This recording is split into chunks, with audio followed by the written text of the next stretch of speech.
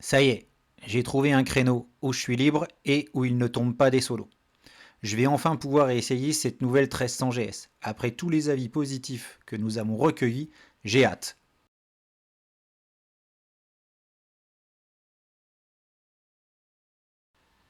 Vous la voyez dans un chemin, là, c'est pas juste pour faire beau. J'irai bien y faire un tour tout à l'heure.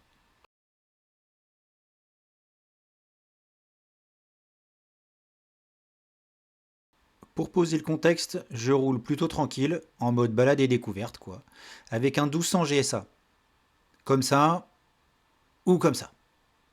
De temps en temps, K veut bien me prêter sa trophy. Mais bon, il faut négocier parce que sa 1250 trophy, elle l'aime. Je vais bien entendu essayer de la comparer plus à la trophy plutôt qu'à la mienne. On commence par une belle route au milieu des vignes, suivie de quelques lacets, et une belle portion au milieu des bois. Cette route est bien connue des motards, et sitôt qu'il y fait beau, on y voit des appareils photo et des fleurs bleues sur le bord de la route.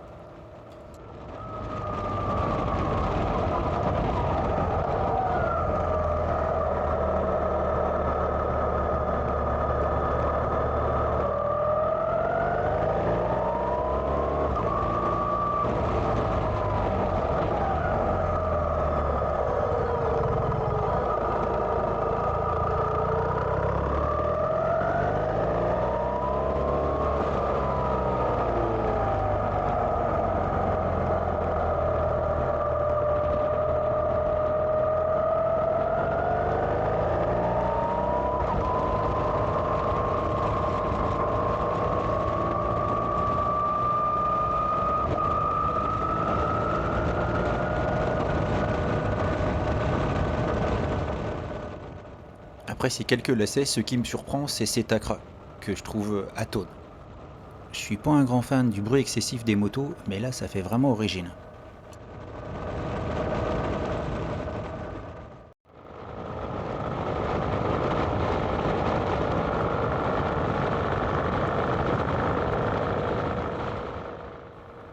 Revenons à l'essentiel. Déjà, je peux monter dessus sans forcément me servir du cale-pied. Et ça, c'est cool. Merci à la suspension DSA. En roulant, c'est ferme, mais agréable. La moto est plus vive et plus incisive. La direction est précise, plus précise que sur la 1250, même à basse vitesse. Elle semble vraiment facile. En plus, on n'a plus cette sensation de tapis volant. La moto est légère dans les manœuvres, même à basse vitesse.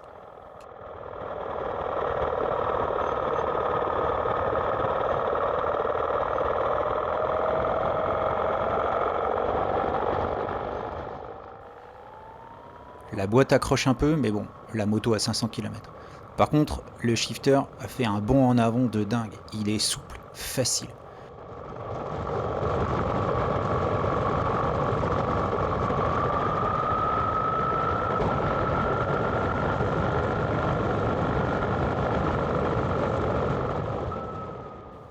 Le moteur est coupleux, agréable, la puissance qu'il faut. Bref, un flat quoi.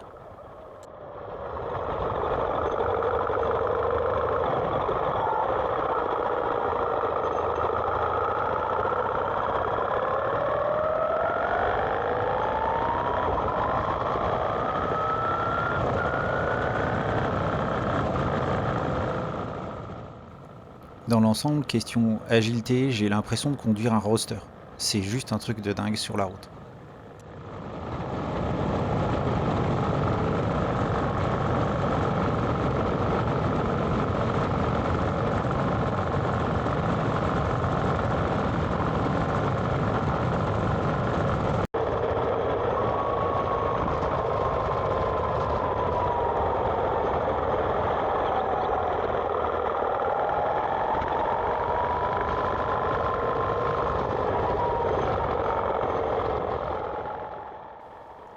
Allez, une toute petite route avant d'attaquer le chemin, histoire de pouvoir comparer avec les routes qu'on prend habituellement. C'est toujours précis et toujours un peu ferme, mais ça reste agréable.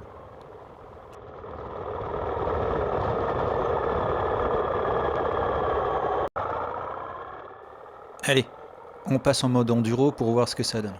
Bon, comme je vous le disais en préambule, la moto a pas mal d'options 719, pas de crash bar et des pneus de route. Donc on va surtout rester tranquille.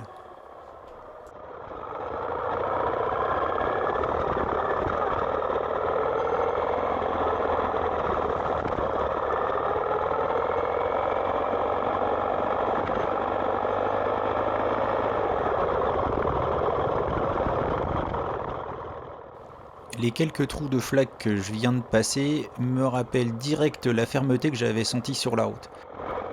Je confirme, on n'a plus l'effet tapis volant. Et là, j'avoue, je préfère ma 1250 et ma 1200 GSA. Je retesterai ce point un peu plus tard quand je pourrai emprunter une moto avec des crash bars. Ce point mérite d'être creusé quand même.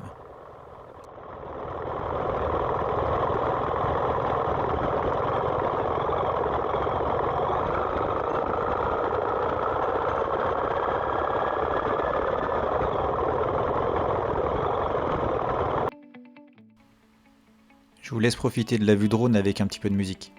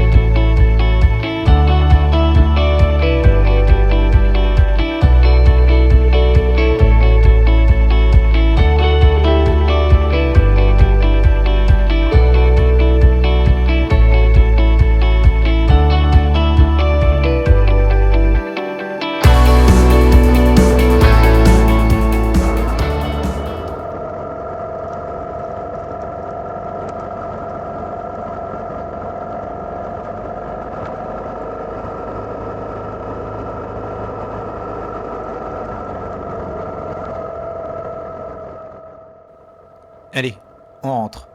Bon, j'ai mis la caméra à l'arrière pour voir cette histoire de suspension qui me chagrine un petit peu. Je voulais voir comment ça travaillait.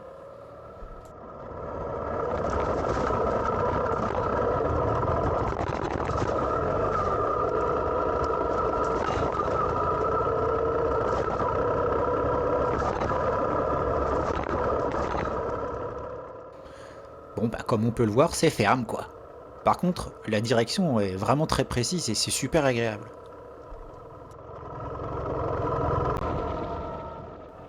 Pour rentrer, je reprends les mêmes lacets. Allez, je vous laisse profiter.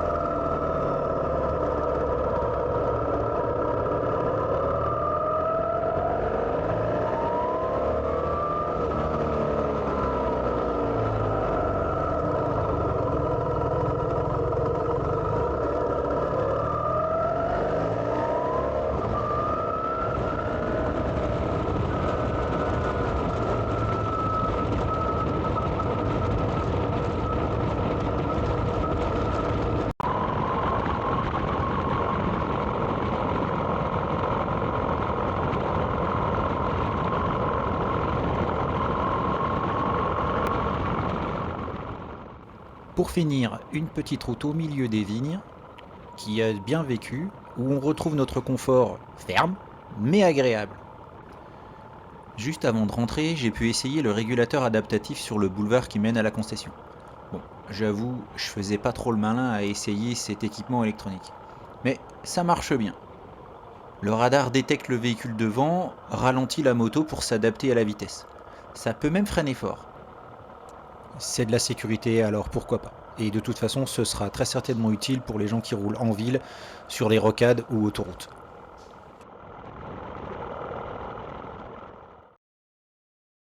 Avant de vous faire la synthèse de mon ressenti, qui est juste mon ressenti, je vous précise que je ne suis ni pilote essayeur, ni mécano, et encore moins journaliste. Vous n'aurez donc que mon ressenti d'un simple motard qui aime voyager à moto et qui ne remplacera jamais votre propre essai. Je dirais qu'il y a un peu de plus partout. La direction est plus précise, elle est aussi plus incisive, sûrement le châssis. Le moteur est plus couplé et plus puissant, même si ce que j'avais me suffisait largement, mais il faut bien s'aligner sur la concurrence. Elle est aussi plus légère, plus facile dans toutes les manœuvres et à mettre sur l'angle. La selle est plus fine, mais je n'ai pas roulé assez longtemps pour voir si c'est mieux sur un voyage. La suspension et le châssis m'ont semblé plus rigides, c'est peut-être mieux pour la route.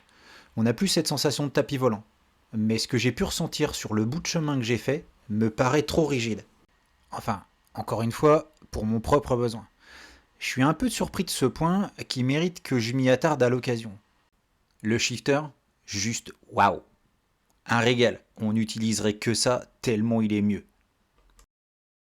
Un peu plus électronique pour le confort et la sécurité, comme la bulle, la suspension DSA et le radar adaptatif. Mais dans tout ça, je me demande si elle perdrait pas un peu son âme de baroudeuse. Mais quoi qu'il en soit, elle ravira un grand nombre de possesseurs de GS actuels et peut-être même d'autres marques. Moi, en tout cas, j'attends la GSA avec impatience pour voir ce que ça va donner. Allez, je vous laisse sur ces images de drone et je vous dis à bientôt!